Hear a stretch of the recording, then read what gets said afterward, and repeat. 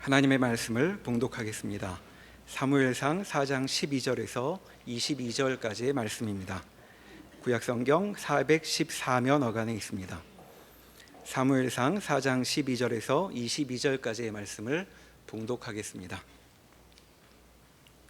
당일에 어떤 베냐민 사람이 진영에서 달려나와 자기의 옷을 찢고 자기의 머리에 티끌을 덮어쓰고 실로에 이르니라. 그가 이를 때는 엘리가 길 옆 자기의 의자에 앉아 기다리며 그의 마음이 하나님의 궤로 말미암아 떨릴 즈음이라. 그 사람이 성읍에 들어오며 알림에 온 성읍이 부르짖는지라. 엘리가 그 부르짖는 소리를 듣고 이르되 이 떠드는 소리는 어찌 됨이냐. 그 사람이 빨리 가서 엘리에게 말하니 그때 엘리의 나이가 98세라. 그의 눈이 어두워서 보지 못하더라. 그 사람이 엘리에게 말하되 나는 진중에서 나온 자라. 내가 오늘 진중에서 도망하여 왔나이다. 엘리가 이르되 내 아들아, 일이 어떻게 되었느냐. 소식을 전하는 자가 대답하여 이르되 이스라엘이 블레셋 사람 앞에서 도망하였고 백성 중에는 큰 살육이 있었고 당신의 두 아들 홈니와 비느하스도 죽임을 당하였고 하나님의 궤는 빼앗겼나이다. 하나님의 궤를 말할 때에 엘리가 자기 의자에서 뒤로 넘어져 문 곁에서 목이 부러져 죽었으니 나이가 많고 비대한 까닭이라. 그가 이스라엘의 사사가 된 지 40년이었더라. 그의 며느리인 비느하스의 아내가 임신하여 해산 때가 가까웠더니 하나님의 궤를 빼앗긴 것과 그의 시아버지와 남편이 죽은 소식을 듣고 갑자기 아파서 몸을 굽으려 해산하고 죽어갈 때에 곁에 서 있던 여인들이 그에게 이르되 두려워하지 말라. 내가 아들을 낳았다 하되 그가 대답하지도 아니하며 관념하지도 아니하고 이르기를 영광이 이스라엘에서 떠났다 하고 아이 이름을 이가봇이라 하였으니 하나님의 궤가 빼앗겼고 그의 시아버지와 남편이 죽었기 때문이며 또 이르기를 하나님의 궤를 빼앗겼으므로 영광이 이스라엘에서 떠났다 하였더라. 아멘. 하나님께서 자신을 드러내시지 않는 이상, 또 말씀을 통하여 자신의 뜻이 무엇인지 가르쳐주지 않는 이상 사람은 스스로 하나님을 알거나 또 하나님의 뜻을 깨우칠 수가 없습니다. 그래서 하나님이 우리를 먼저 찾아오셔서 자신을 드러내시고 또 우리를 향하여 가지고 계신 하나님의 목적과 뜻이 무엇인지를 말씀을 통해 가르쳐 주십니다. 이런 내용이 박윤선 목사님께서 말씀하신 계시 의존 사색입니다. 중요한 것은 하나님이 자신을 드러내시고 또 말씀을 통하여 가르쳐 주시는 것을 그대로 잘 믿고 따르는 것이 참된 믿음이고 올바른 순종입니다. 여기에 대해서는 자신의 생각이나 또 자신의 주장을 덧입힐 수 없습니다. 바로 여기에서 참 신앙인지 아니면 거짓 신앙인지가 나뉘게 됩니다. 참 신앙과 거짓 신앙은 우리의 삶의 기준 그리고 또 그 삶을 바라보는 시각을 전혀 다르게 이끌어 갑니다. 이 같은 내용에 근거해서 계속해서 사무엘상 말씀을 살펴보도록 하겠습니다. 블레셋과의 전쟁에서 패한 이스라엘은 대단히 큰 혼란에 빠지게 됩니다. 여호와께서 오늘 블레셋 사람들 앞에서 우리를 패하게 하셨는가라고 하는 이스라엘 장로들의 비탄한 탄식은 결국은 이 전쟁의 패전의 이유를 하나님께 돌리고 있는 모습으로 드러나고 있습니다. 그러나 이스라엘 백성들이나 또 이 장로들이 놓치고 있는 것은 하나님께서 계속해서 이스라엘 백성들에게 주신 말씀, 내가 너희를 위하여 싸우는 하나님이다 라고 하는 이 말씀은 너희를 강력하게 만들어서 힘이 있게 만들어서 너희 스스로가 너희의 승리와 안전을 확보하거나 쟁취할 수 있는 그런 존재로 만들겠다가 아니라 너희가 한없이 연약하고 또 상대적인 면에서 적에 대하여 할 수 있는 것이 아무것도 없다 할지라도 내가 너희를 붙들고 책임지고 나아가니 믿음으로 전쟁에 참전하는 것이야말로 바로 우리를 위하여 싸우시는 하나님이라고 하는 이 사실에 대한 분명한 믿음의 고백이 될 수 있습니다. 그러나 그런 하나님으로 바르게 이해하고 인정한다고 한다면 그들이 해내는 고백은 하나님에 대한 전적인 믿음의 고백으로 이해하고 받아들일 수 있지만, 그러나 전쟁의 패배의 이유를 하나님께 돌리고 있는 이 상황에서는 이 이스라엘 백성들이 이 하나님에 대한 바른 이해가 전혀 없는 가운데 있다, 이렇게 생각할 수가 있습니다. 만약에 바른 이해를 가지고 있다고 한다면 전쟁의 패배 앞에서 하나님께 물어야지요. 우리가 왜 이 전쟁에서 패배했으며, 그리고 하나님 앞에서 자신들의 신앙과 삶을 돌아보고, 그리고 지금 이 자리에서 하나님이 우리에게 어떤 말씀을 주시는지를 귀를 기울이는 것이 바른 신앙의 모습이어야 합니다. 그러나 이스라엘 백성들은 하나님께 묻지도 않았고 자기들이 생각한 패배의 원인을 스스로 해결할 비법을 강구합니다. 그것이 무엇인가 하면 언약궤를 가지고 다시 전쟁에 임하겠다는 것입니다.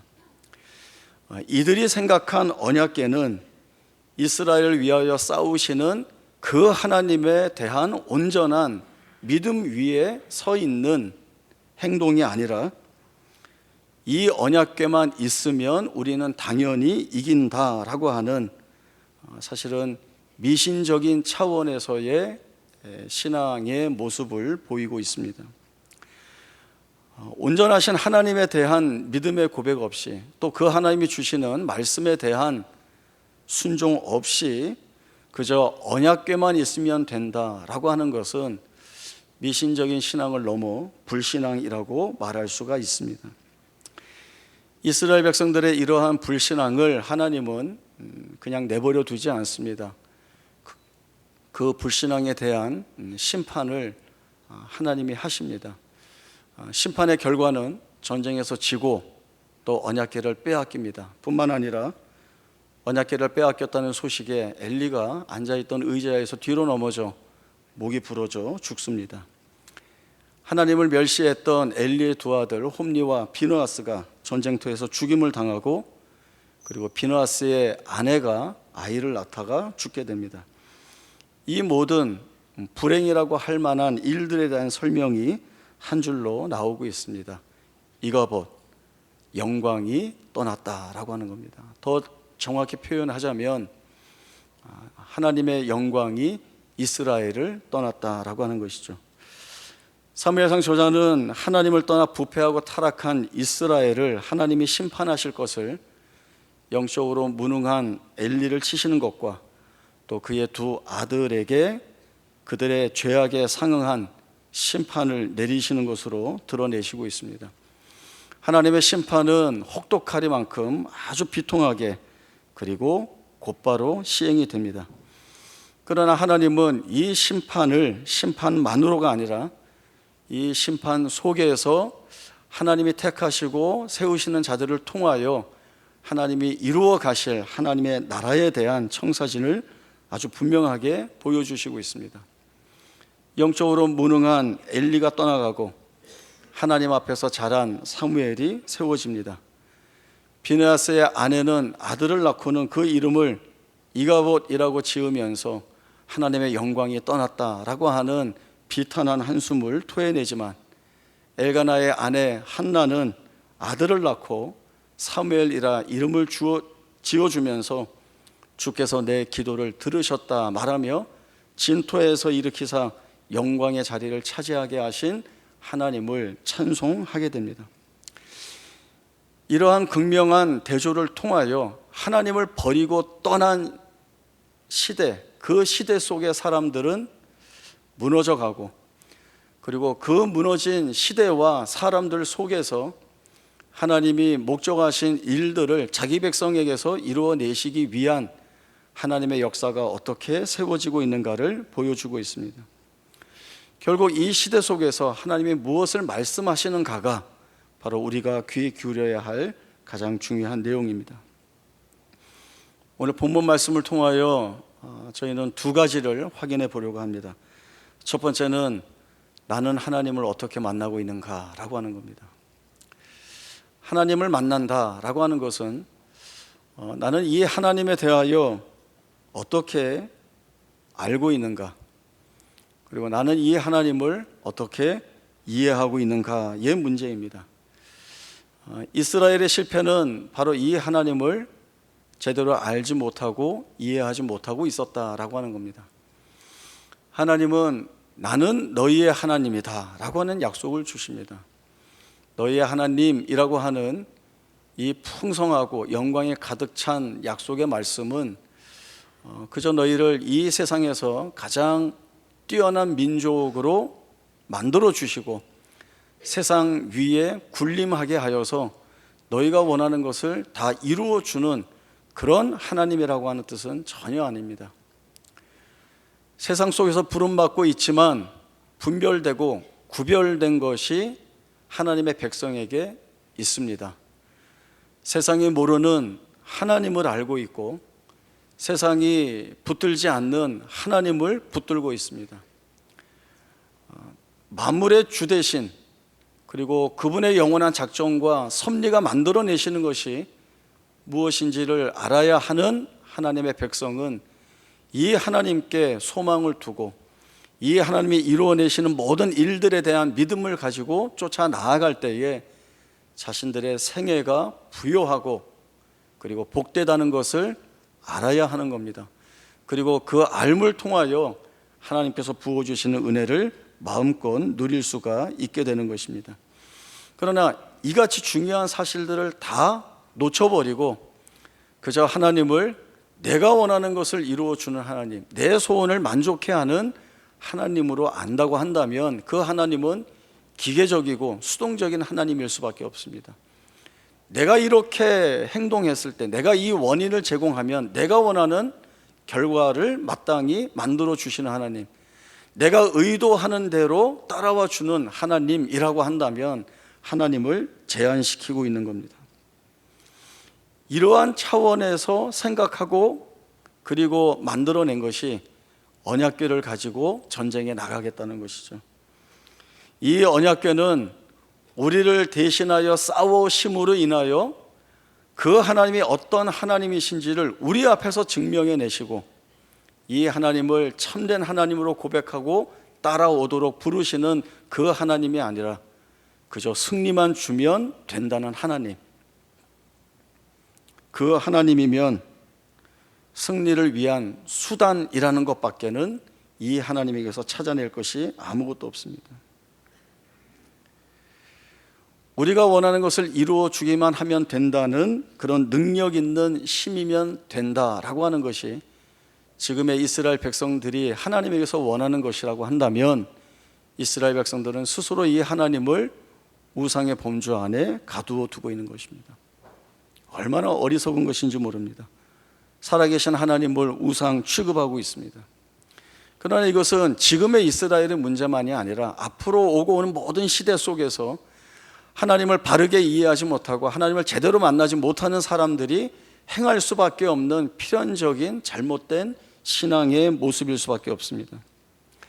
이사야 44장에 보면 사람들은 자기들이 들이나 또 길에서 주운 나무나 돌에 형상을 새기고 그리고 그것을 신이라 부를 것이라 말씀합니다.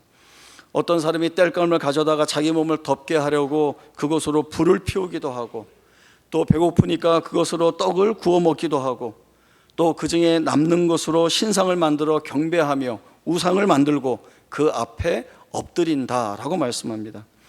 그러면서 그 신상에게 하는 말이 무엇인가 하면 너는 나의 신이니 나를 구원하라라고 하는 요청을 한다는 것입니다. 신적 권위와 능력을 내가 부여하고는 내가 부여한 그 신적 권위와 능력으로 나를 구원하라고 이야기를 하고 있습니다. 결국 내가 만들어 놓은 우상에 그러한 의미를 부여한다면 결국 우상은 무엇입니까? 자기 자신이 우상이 되어버리는 겁니다. 하나님은 하나님의 자리에 하나님을 대신하여 앉히는 것은 그 무엇이라도 가증히 여기시고 싫어하십니다. 십계명의 제1계명에서도 너는 나 외에 다른 신을 내게 두지 말라는 말씀을 주셨고, 제2계명에서도 너를 위하여 새긴 우상을 만들거나 섬기거나 절하지 말라는 강력한 명령을 주셨습니다. 하나님이 자신을 이스라엘의 하나님이라고 하는 이 약속을 주신 것은 하나님이 이스라엘을 위하는 하나님이시고 그들 가운데 임재하시고 동행하시는 하나님이시기 때문에 이 하나님만 경외하고 이 하나님만 예배하는 자리에 나와 이 하나님의 베푸시는 구원의 능력과 은혜를 마음껏 맛보고 누리라고 하는 것이 하나님이 자기 백성을 만나시는 목적입니다. 그러나 이스라엘 백성들은 이 하나님을 놓치고 있습니다. 두 번째는 반대의 개념과 의미로 질문을 만들었습니다. 그러면 하나님은 우리를 어떻게 만나고 싶어 하시는가? 하나님이 우리를 향하여 가지고 계시는 마음이 무엇인가? 라고 하는 겁니다. 시편 말씀 한번 찾아보겠습니다. 시편 78편 23절에서 35절까지의 말씀입니다. 시편 78편 23절에서 35절까지의 말씀 제가 읽겠습니다. 그러나 그가 위의 궁창을 명령하시며 하늘 문을 여시고 그들에게 만나를 비같이 내려 먹이시며 하늘 양식을 그들에게 주셨나니 사람이 힘센 자의 떡을 먹었으며 그가 음식을 그들에게 충족히 주셨도다. 그가 동풍을 하늘에서 일게 하시며 그의 권능으로 남풍을 인도하시고 먼지처럼 많은 고기를 비같이 내리시고 나는 새를 바다에 모래같이 내리셨도다. 그가 그것들을 그들의 진중에 떨어지게 하사 그들의 거처에 두르셨으므로 그들이 먹고 심히 배불렀나니 하나님이 그들의 원대로 그들에게 주셨도다. 그러나 그들이 그들의 욕심을 버리지 아니하여 그들의 먹을 것이 아직 그들의 입에 있을 때에 하나님이 그들에게 노염을 나타내사 그들 중 강한 자를 죽이시며 이스라엘의 청년을 쳐 엎드려 뜨리셨도다. 이러함에도 그들은 여전히 범죄하여 그의 기이한 일들을 믿지 아니하였으므로 하나님이 그들의 날들을 헛되이 보내게 하시며 그들의 횟수를 두려움으로 보내게 하셨도다. 하나님이 그들을 죽이실 때에 그들이 그에게 구하며 돌이켜 하나님을 간절히 찾았고 하나님이 그들의 반석이시며 지존하신 하나님이 그들의 구속자이심을 기억하셨도다. 아멘. 시편 78편은 아삽의 교훈입니다. 무엇을 교훈하는가 하면 이스라엘 백성들은 하나님의 베푸시는 무한한 사랑과 은혜와 복을 풍성히 받았음에도 계속해서 이 하나님에 대한 악의를 드러내고 있다라고 하는 겁니다. 그것이 얼마나 어리석은 일이었는가라고 하는 사실을 분명히 밝히고 그럼에도 끊임없이 자기 백성을 향하여 여전히 은혜를 베푸시는 하나님을 바로 볼 수 있도록 그 하나님의 위대하심을 찬송하는 자리로 이끌어내고 있습니다. 시편 78편 앞부분의 말씀부터 보면 이렇게 노래합니다. 하나님은 바다를 지나게 하셨으며 낮에는 구름으로 밤에는 밝은 빛으로 인도하셨으며 광야에서 반석을 쪼개어 마시게 하셨으며 하늘문을 여시고 만나를 비같이 내리셨도다. 동풍을 하늘에서 일게 하시어 나는 새들을 바다에 모래같이 내리셨도다. 그리고 나오는 말씀, 하나님이 그들의 원대로 그들에게 주셨다. 이렇게 말씀합니다. 하나님이 그들의 원대로 그들에게 주셨다. 두 가지의 의미가 이 안에 담겨 있습니다. 하나는 그들의 탐욕을 부리는 대로 내어보려 두사 그들이 심판의 자리에 선 것이라고 하는 내용도 하나 있고, 또 하나는 아주 본질적인 내용으로 하나님께서 자기 백성들의 소원에 귀를 기울이고 계시고 그리고 무엇이 있어야 하는지를 아시는 하나님께서 그들에게 풍성히 채워주신다라고 하는 놀라운 의미도 이 안에 담겨 있습니다. 이러한 큰 은혜의 자리에서 하나님의 베풀어 주시는 것들을 마음껏 누리면서도 이스라엘 백성들이 하나님에 대하여 가지고 있는 마음은 배반하는 마음입니다. 자기의 탐욕대로 음식을 구하고 구하는 대로 하나님을 주시지만 하나님 앞에 적대적인 모습을 버리지 않고 있습니다. 하나님의 광야에서 식탁을 베풀 수 있겠느냐? 반석을 쳐서 물은 우리에게 주시지만 떡도 주시고 고기도 주실 수 있겠느냐라고 하는 이 악의적인 모습을 드러내고 있습니다. 결국 하나님은 이러한 자기 백성을 심판하시게 됩니다. 하나님에 대한 바른 믿음의 고백을 가지고 따라오지 않기 때문에 그렇습니다. 하나님이 자기 백성에게 원하시는 것은 믿음을 가지고, 이 하나님이 원하시는 믿음이라고 하는 것은 하나님이 하시는 일에 대한 어느 정도의 동조함, 어느 정도의 동의하는 것 정도가 아니라 전적으로 의존하는 것입니다.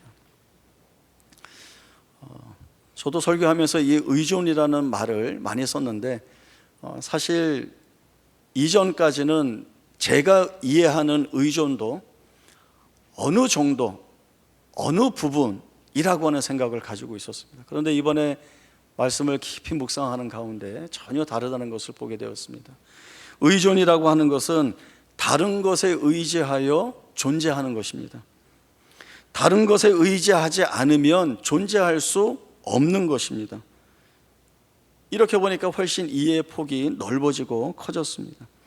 우리가 하나님께 대하여 가져야 할 믿음, 하나님이 원하시는 믿음이라고 하는 것은 우리가 어느 정도 하나님을 신뢰하고 또 내가 할 수 있는 부분이 있기 때문에 하나님께 어느 정도만 의지하고 의존하는 것이 아니라 하나님이 내 삶의 주인이시고 나의 주권자 되시기 때문에 나의 모든 것이 주께 있다라고 하는 사실을 하나님 앞에 다 고백하고 이 고백에 합당한 순종의 마음을 하나님에 대하여 가져야 한다는 것입니다. 이스라엘 백성들이 하나님에 대하여 이 믿음을 가지고 있지 않았기 때문에 오히려 크신 하나님의 은혜 안에 있었음에도 불구하고 하나님을 불신했습니다. 불신하고 불순종하면 심판이 따를 수밖에 없습니다. 그들이 원한 대로 먹을 것을 주어 그 먹을 것이 그들의 입에 아직 있을 때에 하나님이 그들을 엎드려 때리셨다라고 하는 것이죠. 하나님의 징계, 하나님의 심판은 무섭습니다. 하나님의 심판 앞에 남아있을 것은 아무것도 없다는 것을 우리가 잘 알고 있습니다. 그러면 하나님이 이렇게 심판하시고 그러면 하나님의 백성으로 부름받았던 이스라엘은 이렇게 멸망받고 끝인가? 그렇지 않습니다.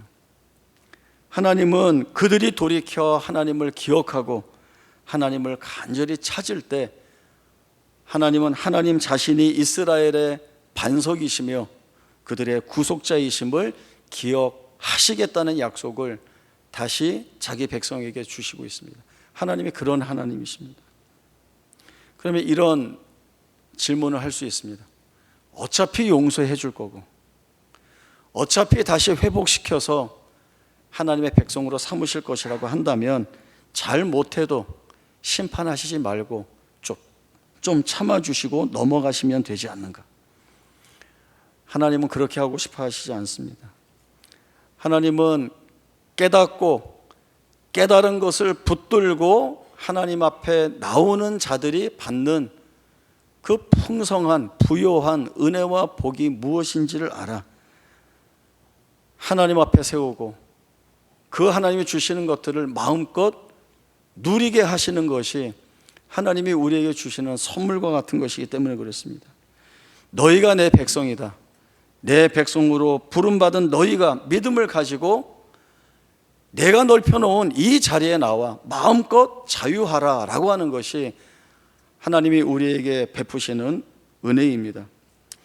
하나님이 내 삶의 주인 되시고 이 하나님께만 참 소망이 있음을 알 때에 우리는 담대한 믿음의 고백을 가질 수 있고 이 담대한 믿음의 고백은 우리가 우리의 삶 가운데에서 어떠한 처지와 상황 가운데 처한다 할지라도 흔들리지 않고 주를 붙들고 우리가 붙든 그 주께서 우리에게 허락하시는 은혜 안에서 감사하고 찬송할 수 있게 하십니다.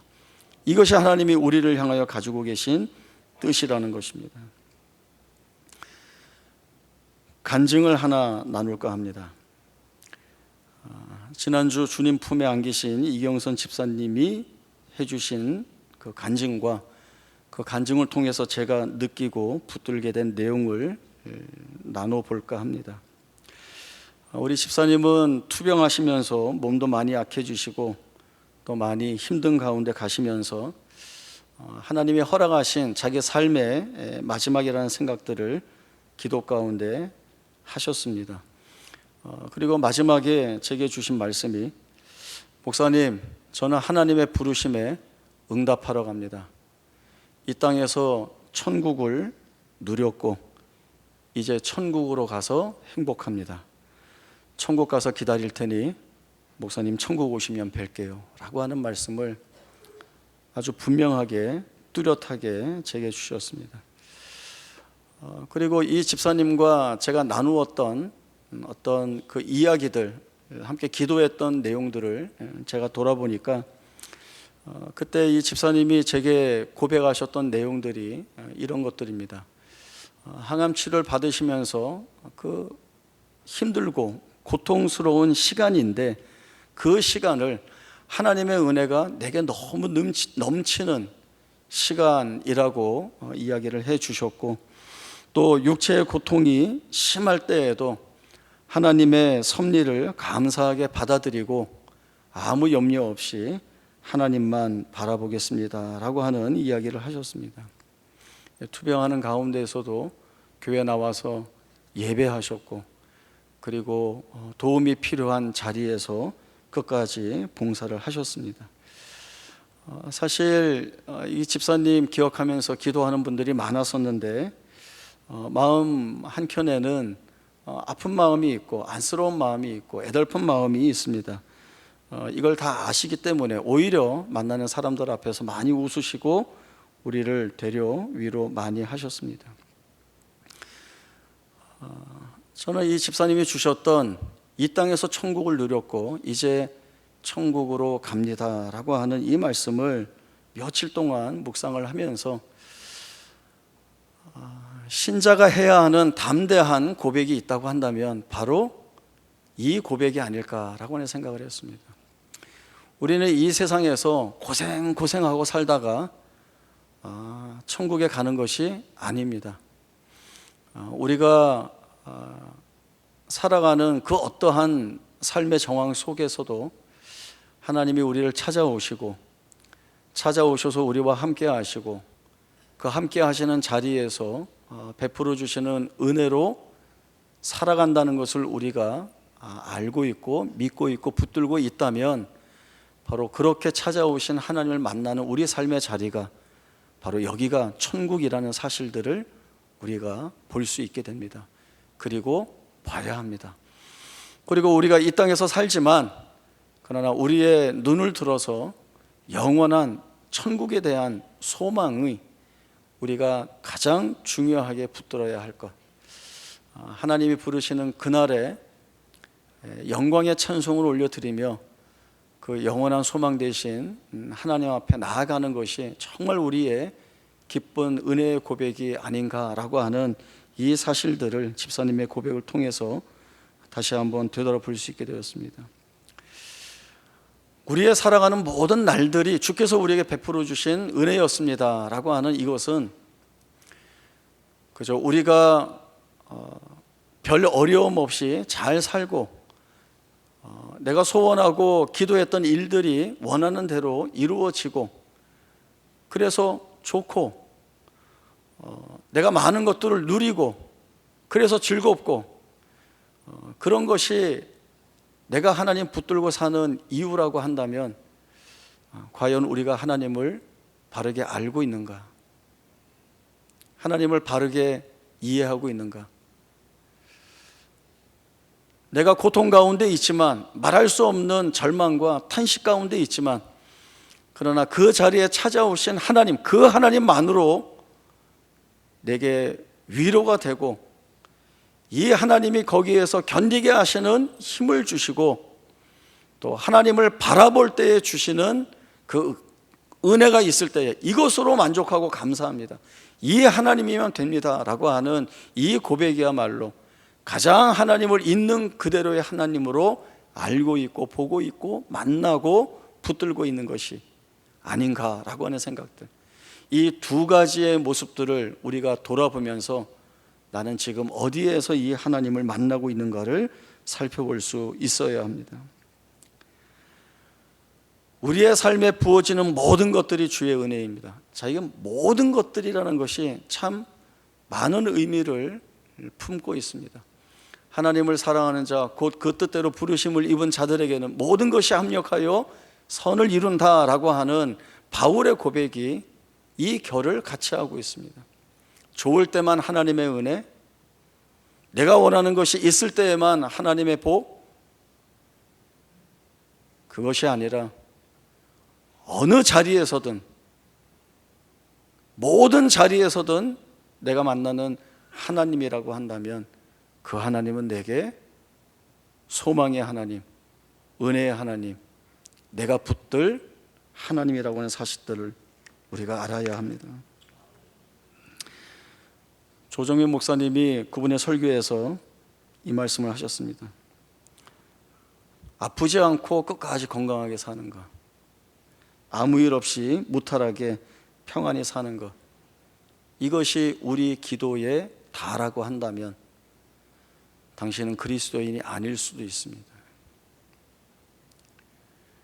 이스라엘 백성들이 언약궤를 부적처럼 여기고 미신적인 신앙으로 행할 때 하나님의 불신앙이라 여기고 심판하셨다는 사실들을 엄중하게 돌아보고, 내가 바라보고 만나고 있는 하나님, 이미 내 삶에 참되신 하나님으로 찾아오셔서 하나님 자신을 드러내시고 그 하나님으로 인하여 보게 하신 것, 누리게 하신 것, 우리가 분명히 깨달을 수 있기 때문에 하나님을 하나님으로 온전히 바르게 고백하는 그 고백을 가지고 하나님의 살게 하시는 모든 날들 속에 감사할 것이 있을 때에는 온 마음을 다하여 감사하고, 때로 후회와 아픔과 실망과 실패와 절망 속에 있다 할지라도 여기에 은혜를 담으실 그 하나님을 향하여 우리의 눈을 들어 바라보는 것이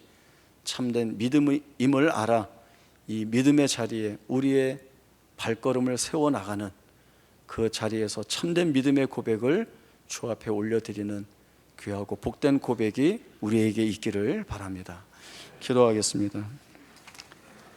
하나님 아버지, 영원 전에 우리를 작정하여 부르시고 하나님의 백성으로 자녀로 택하여 주시고 우리의 생애에 찾아오셔서 함께하여 주심으로 인하여 우리를 복되게 하신 것 감사합니다.